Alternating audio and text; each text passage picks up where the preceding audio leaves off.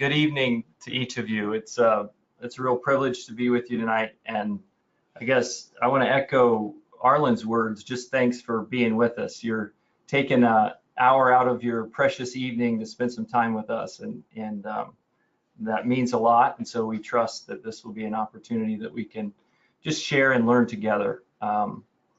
So as he mentioned, tonight we're going to talk about emotional connection.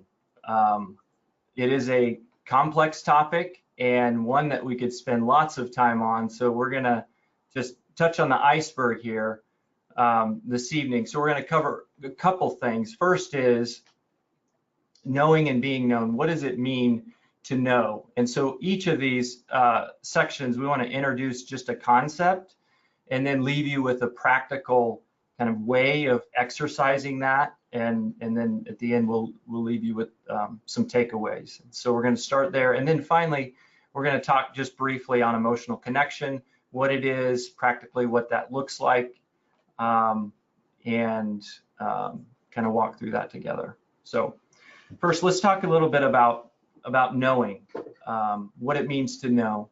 So we read in 1 Peter 3:7, it says, "Likewise, ye husbands, dwell with them according to knowledge, giving honor unto the wife, as unto the weaker vessel, and as being heirs together of the grace of life, that your prayers be not hindered." So this word knowledge actually shows up in Scripture in a number of different forms. One is, many of you, I'm sure, can call to memory New Testament Scripture in particular that implies the word know. So like the Father knowing the Son and the Son knowing the Father, and this is eternal life, to know the only true and living God. And the word know, as it's used in the New Testament, often the Greek word behind that is genisko, or gnosko rather. And the meaning of it is a full knowing and a complete knowing. And it represents relationship between the individual, oftentimes, who is seeking to know, and the one being known. And the one being known of being valued and of importance to the one that's seeking to be known. And this knowledge here is actually another word that is gnosis, and it means the intellect, or to know intellectually. And so in 1 Peter, if you look at this in the Amplified Version, it reads, "In the same way, you husbands, live with your wives in an understanding way, with great gentleness and tact, and with an intelligent regard for the marriage relationship, as with someone physically weaker, since she is a woman. Show her honor and respect as a fellow heir of the grace of life, so that your prayers will not be hindered or ineffective." And so certainly in this passage, it's speaking specifically the husband knowing the wife, but in a broader sense, whenever we speak of marriage, we understand that it's a metaphor really of our relationship with Christ and our union with Christ. And so to know, one way of knowing that we're speaking of here specifically is through intellect and through my understanding, or what we refer to cognitive knowledge, okay? So I want you to think about a metaphor. We don't often use maps anymore, but I have memories of going on road trips, and we would run into, whether it be traffic or certain situations, and my parents would be pulling out the map and wrapping the map and taking a look at it. And if you think about a map, the reason and the purpose for a map is to identify the territory, right, in the location or the place that we're going. And so when we look at maps, which we no longer do, we use our GPS, but it's to know what's in that territory, to understand it before we're traveling there. And so in a similar way, God has designed our brains to make or create cognitive maps of our spouse, or that one in our life that we're attached to or most love in this life, aside from God, is there is a place in your brain that stores information about your spouse. And so, and this information can be of various types. But let me give you an example. One, so in my relationship, I know up here cognitively that Ange likes to go on walks. That is something that I know, but you know, for many years, that's not something I really appreciated doing, was going on walks. But the knowing of that she enjoys going on walks leads to, right, me connecting to her in that way, because I understand her. She's an importance to me. And so therefore, I go on walks, right? And so, and it's true in Scripture, if you think about it too. When we memorize Scripture, when we commit it to memory, it provides opportunity for the Holy Spirit to bring that Scripture to mind, and then when we experience it. And I think the same is true in our marriage relationship, is that when we know cognitively our spouse and we know about them, it provides opportunity to experience them or experience life with them in a much more deep and meaningful way. So what are the different areas to know? So certainly we could, there's many different areas that we could seek to know and understand about our spouse. Here's a few. So if we look through this list, spiritually, you know, in each of these, we've given example questions that can lead into knowing and seeking to understand your spouse. So spiritually, tell me about your relationship with God. How's it going? What has He been speaking to you lately? So it can be in the spiritual realm. It can be in events that are coming up, or events that previously happened, that were special events, that were tough events, that were challenging events, worries or stresses that we have in our life, relationships, hopes for the future, hopes for our children, hope for our grandchildren, and then our favorites, what we enjoy. And even as we go through this list fairly quickly, one of the things to keep in mind is in our marriage relationship, oftentimes we spend quite a bit of time early on in a relationship just getting to know each other, getting to know favorites, hopes for the future, dreams. But over time, what can happen is we can just make the assumption that we know our spouse. But the reality is, just like we drive to new territories on the map, okay, we're exposed to new perspectives, we're exposed to new land sites and places to visit. The same is true in our marriage relationship. And so what I mean by that is, I'll use a personal example. Ange and I are now, we have, our oldest is a teenager now. And so we're in a new territory of parenting, and really we've never as a couple experienced parenting a teenage daughter before. And so the newness of that, right, brings out information that I can seek to know and understand about my wife, and likewise with your spouse. And so these are maps that aren't just like we know them and then we stop learning. It's a continual updating throughout life. And so what we'd like to do here is we want to take 5 minutes, okay? And we want to give you the opportunity to actually engage this here and now. And so what we'd like you to do is we want you to take first the worries and stress, these questions right here. And what I want to encourage you to do is each of you get a chance to ask the question, okay? And the questioner is the listener. So the one who asks the question, what are your current stressors? What I want to encourage you to focus on is being in tune with your spouse. And so, meaning not holding onto the cell phone, eye contact, focusing on them, and then reflecting even what you hear. If there's current stressors, if there's struggles, that you can reflect that back to them. And then I want you to switch. In other words, switch so that the one that's being questioned becomes the questioner, and the one that was questioning becomes the one asked the question. And so we're going to take 5 minutes here. And the other thing that I would like you to do is, as you listen, true listening and attunement, I think, is about being willing to be changed by what you hear, right? It is tuning into your spouse, and so that I'm willing to be changed, my perspective is willing to be changed by what they share. And that takes me to be really present and in tune. So we're going to give you 5 minutes, and then we're going to ask you to respond just what this experience was like for you during this. So let's take 5 minutes here. I'm going to start some music, and I'll let you as couples just take a chance and an opportunity to ask each other this question. Okay, hopefully both of you had a chance to experience just what it was like to have your spouse be in tune and listen to you. So what we'd like to do now is just briefly, if you could, under the chat section,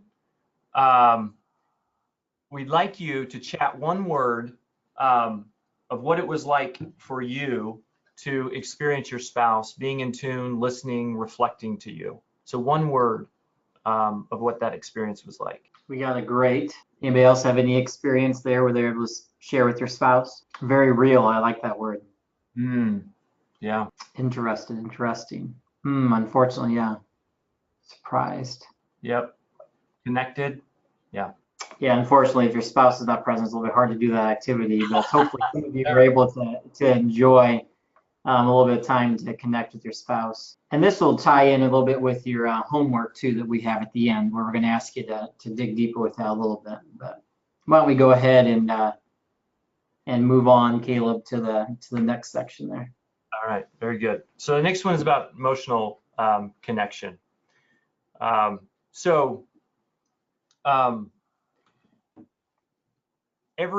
If you think about it, throughout the day, every day, actually many times a day, we are always making bids for attention or affection of our spouse, wanting to connect to them in different ways, multiple times a day. And the reality is, it's these small moments that we turn towards our spouse that are like, think of it like small trust tests, okay? So when we turn out and we reach out to our spouse by either verbally or non-verbally, it's really we're asking them, are you there? Will you be there for me if I reach out to you? Okay. And we do that in many different ways. But the reality is that romance is built in those small moments. Our life is built in those small moments. There's actually a quote today from my little flip piece here that says, the greatest treasures in marriage are discovered through time and commitment, prayer and labor, companionship and personal faith. It's the quote unquote stuff of life, the routines, ordinary days, surprises, setbacks, and the ahs that help us discover the priceless treasures of love. How could we ever find the brilliant gems of trust, faithfulness, loyalty, devotion, and honor without them? It's through those small moments that we're conveying our trust. And so just a quick study here that I was going to share with you. This is on newlyweds, okay, that a researcher did. And couples responding to bids on average 86% of the time were still married after 6 years, compared to, and contrast this with couples responding to bids on average of 33% of the time. They were divorced in 6 years, okay? So what are these bids? First, they can come in verbal forms, okay? For example, while you're up, could you grab me the ketchup, please? Reaching out, wanting a response, right? Having a need, requesting that need. It can be in a place that I just noticed my spouse. Wow, you sure look amazing in that outfit, okay? I'm reaching out to them, I see them. So again, I notice them and they're seen by me and I respond to that. And that's a connection, right? Little connection. Or, man, I blew the presentation today, or I really had a rough day today. And again, it's a reaching out of sharing. Sometimes that means distress or stress or anxiety or sadness, right? That we are reaching out verbally wanting to our spouse to respond. But this can also come in forms of nonverbal cues. So it can be a hand on the back. It can be reaching out for holding hands. It can be, a back rub. It can be through facial expressions, right? Winks, smiles. As I share this one, an experience stands out to me. I gave a Fuller talk of this at the Cultivating Connections conference, and I remember a couple that had been married over 50 years, and I was talking about the facial expressions and just how couples, when they've been together a while, they have certain quirks that they can make expressions and they know exactly what the other spouse is thinking, and they can laugh together about it. And this couple in the front row, they just started bursting out into laughter. They couldn't contain themselves. They knew exactly what that meant.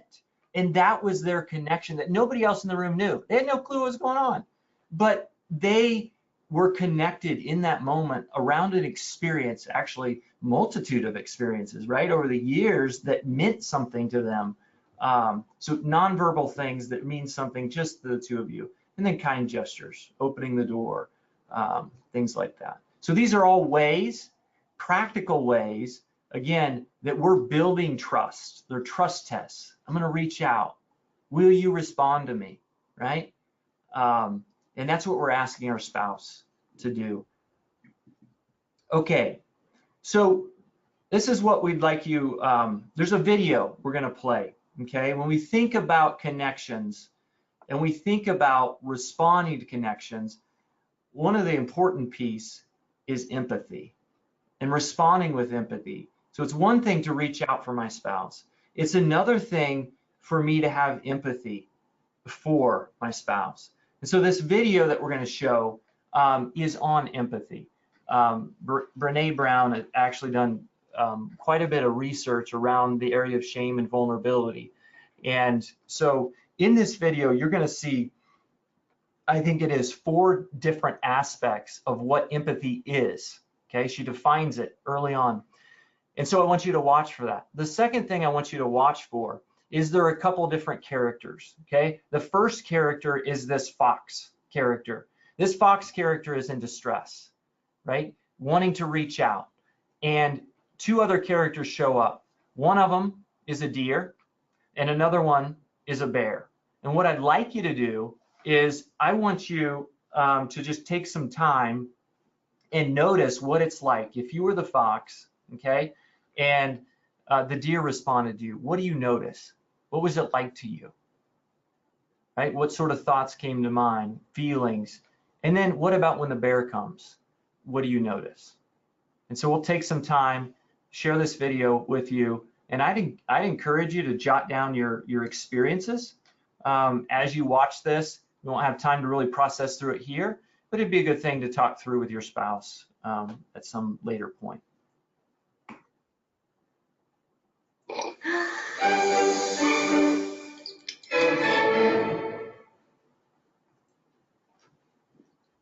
So what is empathy, and why is it very different than sympathy? Empathy fuels connection. Sympathy drives disconnection. Empathy, it's very interesting. Teresa Wiseman is a nursing scholar who studied professions, very diverse professions where empathy is relevant, and came up with 4 qualities of empathy. Perspective taking, the ability to take the perspective of another person or recognize their perspective as their truth. Staying out of judgment, not easy when you enjoy it as much as most of us do. Recognizing emotion in other people and then communicating that. Empathy is feeling with people. And to me, I always think of empathy as this kind of sacred space when someone's kind of in a deep hole and they shout out from the bottom and they say, I'm stuck, it's dark, I'm overwhelmed. And then we look and we say, hey, climb down. I know what it's like down here, and you're not alone. Sympathy is, ooh, it's bad, no, you want a sandwich? Empathy is a choice, and it's a vulnerable choice, because in order to connect with you, I have to connect with something in myself that knows that feeling. Rarely, if ever, does an empathic response begin with "at least." Yeah. And we do it all the time, because you know what? Someone just shared something with us that's incredibly painful, and we're trying to silver lining it. I don't think that's a verb, but I'm using it as one. We're trying to put the silver lining around it. So I had a miscarriage. Oh, at least you know you can get pregnant. I think my marriage is falling apart. At least you have a marriage. John's getting kicked out of school. At least Sarah is an A student. But one of the things we do sometimes in the face of very difficult conversations is we try to make things better. If I share something with you that's very difficult, I'd rather you say, "I don't even know what to say right now. I'm just so glad you told me." Because the truth is, rarely can a response make something better. What makes something better is connection.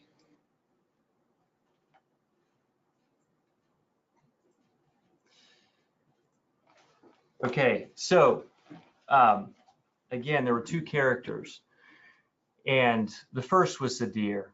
And one of the things is related to empathy, as we both experience it, but also try to give it. She spoke about something there, and so one of the realities I think for each of us is what I'd ask you to reflect on: what makes it easy to be the deer, right, in this scenario. And often when someone close to us, a spouse, is struggling, it means to enter into their struggle, right? It's much easier for us to say, you know what, that's fairly uncomfortable. It's really disrupts my internal process to jump into that distress, right? And so we think about the deer, that actually comes with fairly easy to us as individuals. But the bear was about joining with, and notice what she said in that video, that I would rather you not say anything, or at least just, let me know that I don't know even what to say, right? That's so hard, that's so difficult, that you're joining is about connection more than about what we say. Oftentimes, when we seek to connect with our spouse, we say too much, right? Because really it's about being with and being present. And so I want to leave a question with you just to think about: how willing, because this video really calls us in the idea of connection, emotional connection, means that I need to move into places that I'm really uncomfortable with, right? The bear had to connect with the feeling that the fox was having inside himself or herself. And so it invites us into that connection. So how willing are we to set in that connection with our spouse?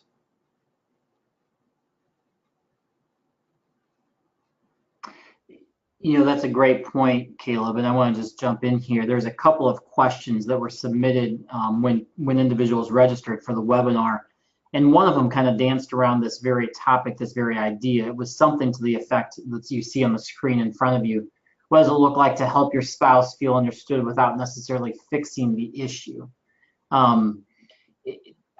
Is that what you're kind of getting at here with this video and this idea of sitting with your spouse? Can you speak to that a little bit?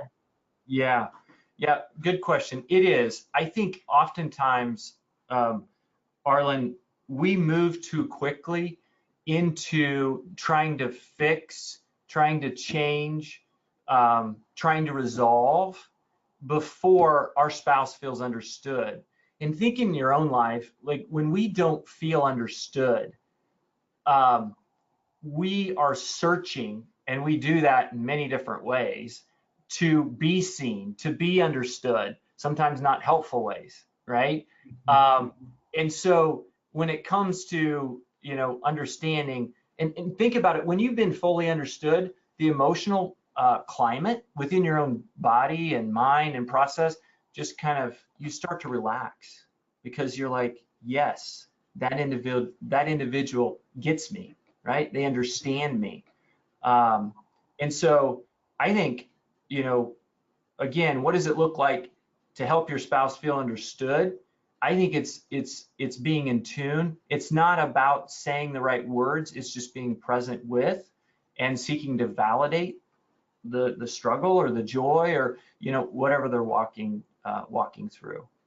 So that listening piece must be a really huge component, right? Where you can listen well, you can listen without fixing or talking or trying to jump to a solution, like the deer seem to be doing a decent amount. Where we're trying to minimize. I think maybe that's another trap that at least I fall into, where I try to stuff what is an issue into kind of a little box and say, oh, it's not that big of a deal.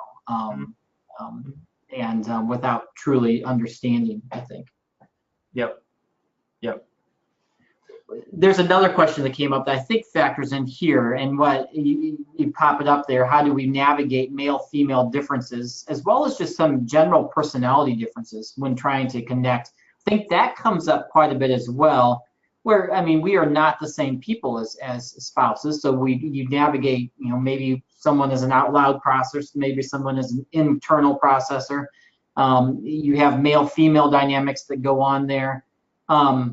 Several different things that are necessary to navigate. Any general thoughts or tips to kind of speak to as there's some of the audience I know that are wrestling through this kind of question as well? Yep. Well, it is challenging, right? Because just the reality that we approach, whether it be gender differences, whether it be personality differences, approaching this idea of emotional connection from a different place. And so I would say there's a couple things here, Arlen. The first is keeping in mind, I feel like while there's differences, and I'll get to a couple of the differences here, there's also a truth and reality that for each of us, there is a desire just for that emotional connection, right? To be heard, to be understood, to be valued, to be responded to. And I think while there are differences, there are a lot of similarities as well, right? As we think about that. And so I just placed that in the question. So I think when it comes to personality difference, again, or gender differences, there are a number of generalizations that we use, but they aren't always true, okay? So for example, one is oftentimes females appreciate both communicating in and receiving emotionally rich information, okay? That's the way they process, and also they're very, their brains are wired to have, when it comes relationally, a lot of things going on. They can multitask when it comes to relationships, whereas male individuals can't. They can multitask when it comes to, task-oriented things, but when it comes to relationships, that really challenges them. And for males, when it comes to emotionally rich information, oftentimes that can shut them down, right? Not always, but that can lead to them kind of, being overwhelmed more quickly than females. And so I think with that, Arlen, what you have is both females understanding that sometimes as they come to share, that their husband can flood out easily or be overwhelmed easily, not because they don't want to listen or don't want to be present or don't want to hear them, but they just get flooded out and then they start shutting down. And for males to understand, they don't necessarily like these emotions all the time more than they do, and they're not trying to be this way. There's certain processes that they go through that they don't just really enjoy this and being in this place, that these emotions come out, but that's part of the way God has designed them, and so to be patient with that. Sure. The other piece I'm hearing as you kind of speak to this is this doesn't happen like that, right? It doesn't happen overnight. There's a time component of number one, just prioritizing and taking time to listen and talk and understand. And I mean, maybe that is if scheduling things and working your schedule in your favor to make sure those opportunities happen. I appreciate your story about the couple. I remember that couple from that marriage conference. They'd been married for multiple years. That didn't happen overnight, right? I mean, that was 50 years of history that I'm guessing probably started with very small moments, those small bids that were received, and over a time again, it kind of builds that mountain of relationship. That's really really a beautiful picture to think about. And that's encouraging, I guess, to me, to realize it's small steps can lead there. It doesn't have to be a Herculean effort. It's small steps of listening and taking time and sitting with my spouse. Mm-hmm. Yeah, it's many distractions. So let's keep going. And just a comment to those, if you have questions you want to chat into, please do that at any time. You can send them directly just to the private to us, or you can send them to the group, and I'll be looking for those. And we'll have some Q&A time coming up here in a little bit. Okay, so let's jump into thinking of empathy. Certainly we have many examples in the Gospels of empathy. And so let's just consider this one passage together in Luke 13, as Jesus really shows us, displays for us empathy in its truest and fullest sense. So I'm just going to read this together. It starts here in verse 10. It says, "And he was teaching in one of the synagogues on the Sabbath." So I'm going to pause. So just get the picture, okay? Just imagine Jesus standing, and there's this crowd around him. It's a Sabbath day. He's in the synagogue. All eyes are fastened on Jesus, okay? And so he's up, he's standing, he's speaking, and people are listening. And in comes this woman which had a spirit of infirmity 18 years and was bowed together, or her body, right, as it says there, and could in no wise lift herself. So the visual picture is a woman who was bent over, that even as you think about that, her physical form spoke of the shame and the scorn that she experienced in her heart, right, for many years. And in comes this woman walking as Jesus is teaching. And when Jesus saw her, he called her to him and said unto her, "Woman, thou art loosed from thine infirmity." And he laid his hands on her, and immediately she was made straight and glorified God. In the midst of him speaking to this crowd, here was an unseen woman who had suffered shame and scorn as a result of individuals who likely were separating for their own, seeking their own righteousness, right? Trying to hold on to their own righteousness, were separating themselves from this woman. And here she was experiencing not just the physical ailment, but I think much more, the emotional experience of separation, right? Lack of connection, lack of being seen in that situation. And Jesus, in the midst of this crowd, he turns toward her and he reaches out, right? He saw her. The first thing is he saw her. That means he had to stop what he was doing. And he fastened his eyes on her and he called her to him. And so here's a beautiful picture of, when we talk about bids, of Jesus reaching out. And my guess is her heart was already healing before the spiritual, even as she was noticed by him, right? Because as we think about our relationship with Christ, it is a beautiful thing to be fully loved and fully known. And think about that for a second, that this individual experienced being known deeply by her Savior and loved deeply. And really, isn't that as we think about our marriage relationship, what we want to emulate is being fully known and fully loved. And what would it be like to have just one of those without the other? Like if we were fully known but not fully loved, we would be stuck in shame and hopeless and desperate for connection. Or what would it be like to be fully loved and yet not known?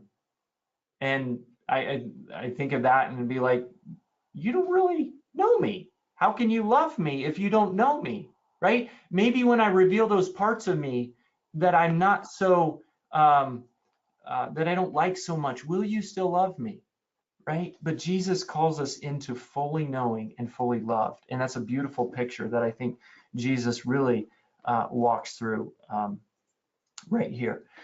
Okay, so a couple more slides here before we transition. So one is to keep in mind that deepening connection, that there is a hierarchy, if you will, to deeper connection. Okay, so it goes like this. As you look at this triangle, at the base, there's simple requests. Okay, so these are, would you run an errand for me, right? Just simple everyday, would you pass the ketchup, right? Simple requests.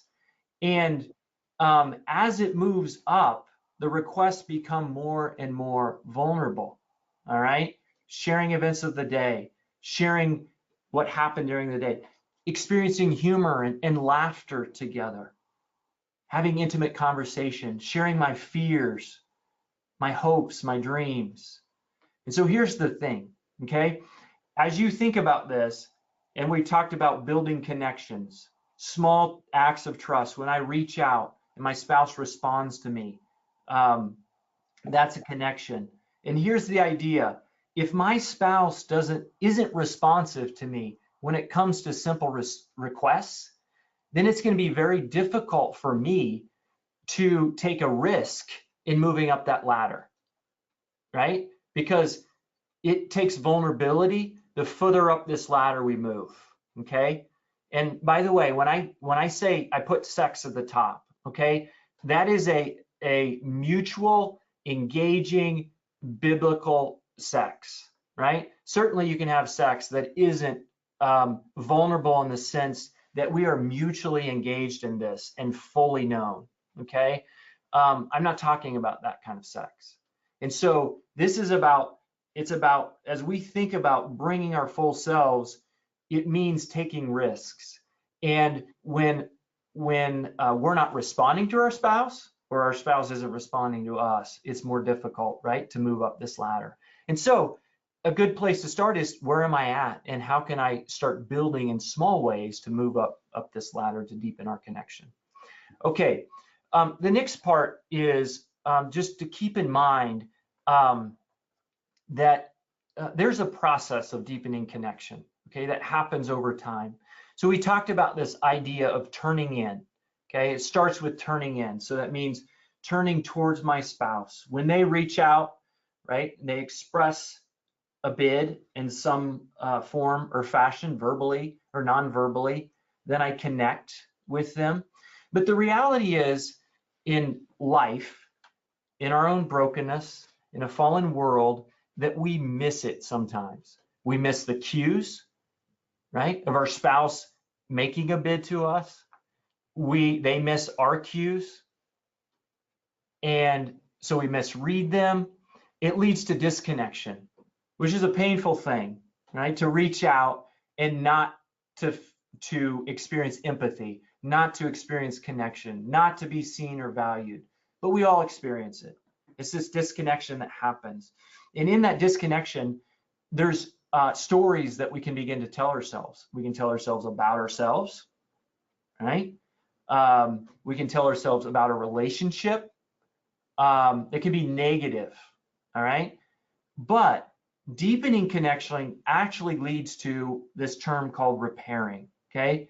So the reality is, disconnection happens in all our relationships, but it can become a maintaining state, meaning just I try to manage the distress of being disconnected and build stories upon stories rather than repairing. But as we move through disconnection, into repairing, it actually leads to a deeper connection. Because this is what happens. When you think about it, when you've had a repair means we've had a disconnection. We missed each other, right? I missed a bid. And a repair means I come back to my spouse and I acknowledge, you know what? I'm sorry. I missed it. You know, please forgive me. Or let's sit down and talk about what happened last night. You know what? Neither of us felt understood. And what happens there is you're having what's called an emotional change experience. And through that repair, you are coming back and you challenge the negative stories that like to feed in disconnection. And so it can lead to a deeper connection in your marriage relationship. And so the reality is that deeper connections actually lead through repairing disconnections. Okay? It happens. Repairing disconnections is the key to deepening our connection. So what you're saying, Kaleb, if I'm catching that right, is that failure properly responded to can lead towards a greater connection. I mean, we can learn from our failures. There's hope when from the mistakes that we make if we turn towards our spouse in an attempt to deepen our connection. Yes, it's like I'll use an analogy. So if you've ever been at a restaurant, Arlen, where the waiter or waitress, they take your order, but they don't have a notepad to write it down, what they find is that, whatever you order is running through their mind, okay? And it runs through their mind until they give it to the chef or whoever, and then it's gone. The same is true about us in our relationships, is that when there's a disconnection, guess what's running in our mind? Oh, the disconnection. Yeah. Yes, until we repair and we're able to drop it and we're able to move on, and it leads to a deeper connection. Mm-hmm. Yeah. Mm-hmm. So great thought to kind of bring into that. And just a few more questions that came up again in the registration we want to walk through, which I think really hit some of the themes. But then after we walk through a few of these questions too, if there's others you have, you can chat them in, or we'll turn on your mic and even ask it if you want to.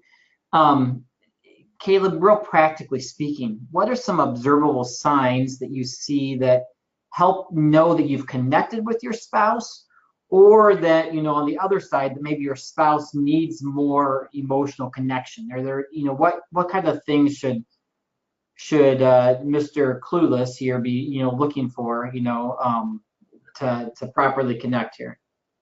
Yeah, a good question. So I guess a couple thoughts come to mind with that. First is, I would encourage you to ask, I think it's a good question, like for example, a scaling question, to ask your spouse, how emotionally connected do you feel to me right now? On a scale from 1 to 10. If 10 being, the most connected we could be, 1 being not at all, where would you say that we're at? And based on that, what would be one step in a positive direction? And what does that look like for you? Because it does vary a little bit based on individuals, but also life stages, as this next one gets into. But in general, this is what I would say, Arlen, when we are disconnected, it's painful, and we deal with that painfulness in different ways. Sometimes we're verbally more critical, okay?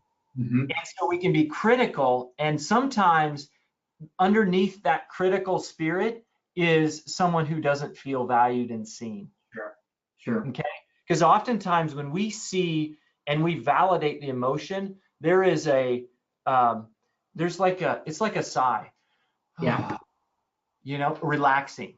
And that's what happens, I think, with emotional connection. And I can imagine too, you probably have like the silence too. I mean, that would be an obvious one. If the spouse is kind of withdrawn and silent, that's a cue that something is not going well, especially if normally they are, more expressive, more engaging.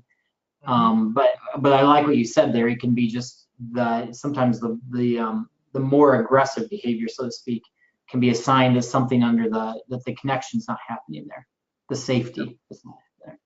So that next question kind of speaks to it. We alluded to it, but several questions came up kind of about time of life, right? So everything from a newlywed, newly married type situation to the stress of the child raising years, or just stressful times in general, to someone asked, what I call the golden years. You've been married for a long time, and maybe it's become almost you take for granted type situation. Any general counsel that you could make, kind of as you think about these different stages of life, or how do we, what do we consider as we look at this one? Yeah. So I guess a couple thoughts. One is the way we connect changes over time. I think that this certainly speaks to that. Okay. So as we think about being newly married, oftentimes, this isn't always true. So I'm using generalizations here. But oftentimes when individuals are newly married, it is a time of curiosity, exploration, excitement that comes with newness oftentimes, right? Early on, we often refer to infatuation, right? So it can be actually a wonderful time of bonding and connecting. And my encouragement through that is to build upon that. And sometimes it can be a busy time, too, depending on what's going on in the newly married life, if there's school. So depending on what's going on, I think they still need to commit to it. But I think because oftentimes the experience is more fulfilling, if you, maybe that's not the right word. There is that early kind of excitement with it that comes with being newly married, okay? Mm-hmm. But you still need to prioritize connection time. When it comes to child raising years and stressful times, there is just, it's just a time of exhaustion. Perseverance. Yeah. So I think our expectations shift. And that's what is often hard for couples is here we were, didn't have kids. Now we have kids. And not only are we physically exhausted, depending on where they're at, I think they go through phases that it's more emotionally exhausting than it is physically. So that varies. But I think as couples, it looks quite a bit different. And I guess I think in our own lives, and sometimes we're just tired and it's not all that exciting, but we're just together. And so I think with that, Arlen, I guess one of the things I think about is we need to lower our expectations, but also continue to prioritize the need for date nights, the need, and maybe it's just setting aside time, the kids, do their own thing, and this is mommy and daddy's in the next room, but that you're speaking into prioritizing that time, that you're both present. But I think realizing sometimes one or the other is going to be like, man, I'm just spent, and that could be part of it. The golden years, I think sometimes later in life, there are a number of losses that come. And so that's what stands out to me is if you think about early in life, we're Lord willing, having a family and our kids are getting married, all these gains, if you will, okay? As you move on to life, there's still gains, but certainly that begins to shift as well. Your social group and those that you looked up to, and so I think it is again a different type of connection, but very rich in the sense that I can share that grief and that loss, that sadness, but also hopes for our grandkids and our that sort of thing. So that's a quick. It sounds like and it sounds like there's some common themes there, right? The idea of being intentional, the idea of starting with small steps, the idea of communicating at least enough with just that basic question, how emotionally connected do you feel right now? Communicating just enough to know if we need to get intentional about scheduling some time to talk or, that kind of a thing. What if one spouse is not interested at all? Not on the same page spiritually, not on the same page with what the subject matter is, just almost resistant to the idea. Any quick counsel you have? I know that could be a whole nother talk, but I'd like to wrap up a couple of points here in the next few minutes. But any points to that? If one spouse is just not engaged. Yep. So I guess it depends on why they're not engaged, Arlen. That's what so because sometimes disengagement comes from fears, it comes from disconnection, it comes from not feeling understood, or it may come from just an apathy, right? And so I think it can depend on those scenarios how it respond to the situation. But in general, I think you can't force somebody into being emotionally connected, right? We talk oftentimes in relationships of what's called a pursuer and withdrawer. Okay, pursuer is one that wants to. They drive connection by pursuing and oftentimes verbally pursuing, right? Communicating, I need you, you're not there. And the distancer or withdrawer tends to pull back because they're overwhelmed. And so in this scenario, right, it's the withdrawer. What can happen is the pursuer, by pursuing them more, can actually lead to more distance. Okay? And so I think give space. What's that? Give space potentially at times to potentially that can be a helpful thing. It seems contrary, but what can happen is that space gives them opportunity and chance, right, to process, and gives them chance to kind of come back, right, and to communicate. But I think the other thing is, if a spouse isn't responsive, I think having rich relationships, not to replace the marriage relationship. That's not what I'm communicating, and not to talk bad about your spouse, but a way to be able to process negative emotions that I'm having in a healthy way can be a helpful thing. Sure. Why don't you go to the next slide if you would, Kaleb? We're right at 8:30. I want to be mindful of time. Just a couple of other comments here. One question came up, a great question. How can the lack of emotional connection in childhood affect our ability to connect emotionally as an adult? And that could be a whole topic again in itself. I will say we do have a talk that was done at the marriage conference on attachment styles. And if you go to our website and search attachment styles, you'll get into the beginning stages of this, and there's some references that can go further. But great topic there. That can have a huge impact. We are shaped by our experiences for sure. Another person chatted in a question talking about just this disconnections and how to review disconnections and thinking about disconnections even further. In my mind, I don't know where your mind went to, but my mind goes to the restoration attempts article, which you just put out on the website. Again, if you go to the website and search restoration attempts in marriage, where you speak a little bit to that, the idea of how do you make, what do attempts to restore connections look like, and how do you get intentional about doing that? Any other quick thoughts on those, or you can pop up the last question there too, just for us to kind of consider. I would say, if I can, Arlen, I would speak to this one. It is a great question about the childhood, and it does impact. And How We Love is a good resource for that. It's a book that talks about this. But in essence, if you think about it, intellectually, we go to school, okay, and we learn things and we build these skills upon another.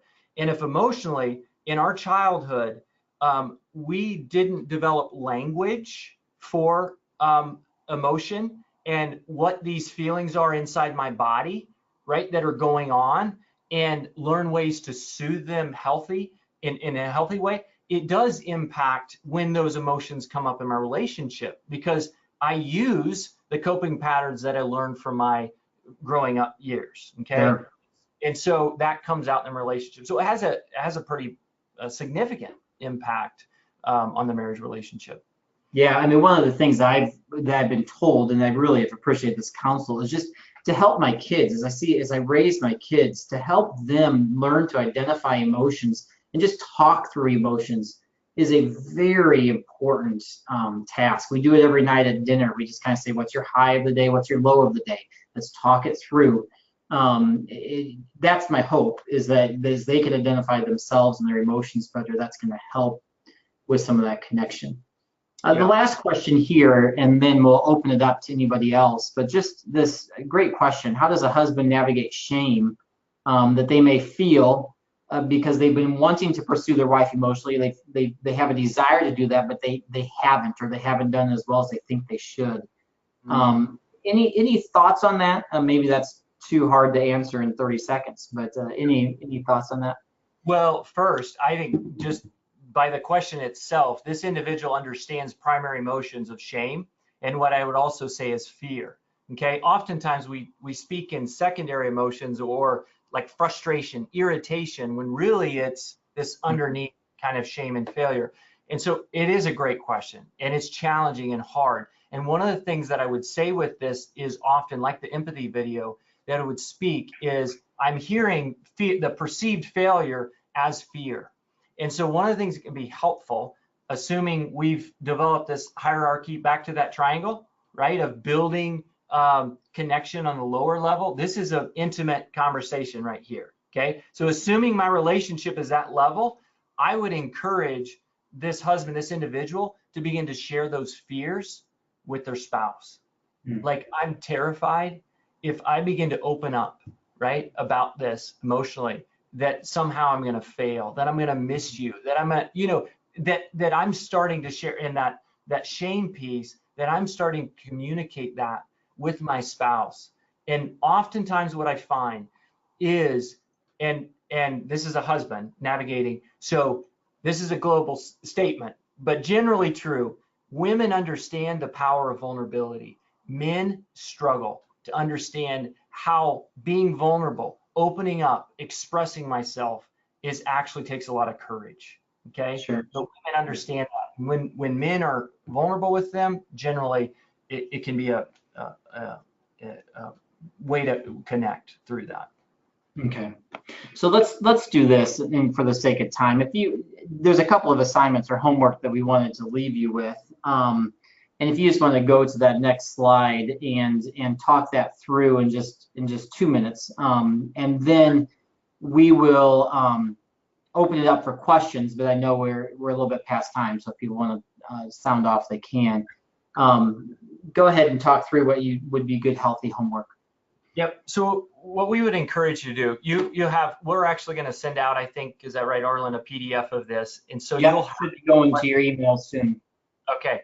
So you'll have these connection questions. What we'd encourage you to do is take 10 to 15 minutes, sit down together as a couple, and focus on what I would say attunement and reflection, and being curious about, right, your spouse, and walking through these, asking open-ended questions. Tell me more about that. Help me understand that. And to walk through, picking out a number of these and just practice and experience no distractions, but just being with each other and being in tune with each other. And so we'd encourage you within the next 2 weeks, spending 15 to 20 minutes walking through these questions together. The second thing I would encourage you to do, and this is related to connection, is a practical thing, is it can start tomorrow, is attachment and connection starts, if you think about it, partying in the morning and reunion in the evening. And so before you leave for the day, seek to learn one thing about your spouse this day. Maybe it's an event coming up, maybe it's, whatever it is. And then when you, on reunion, spend 5 to 10 seconds hugging your spouse, right? Not just a embrace and leave, but you're actually embracing each other, because touch has shown to be very positive for the brain and nurturing connection, right? And then following up on that one thing that you learned before you parted for the day. That seems very doable. That doesn't seem too hard, right? So learn one thing and then hug when you come back together and talk about it. Those small moments begin to build that. And as you said, Kaleb, you will be getting an email in a few minutes with all of the slides that we went through, and I'll have these questions and this homework at the tail end of that you can kind of walk through and remind it. And if this recording worked well, we hope to post that, and I'll send an email out with that as well in the next day or so once we get the recording processed. So thank you, first off, for being with us.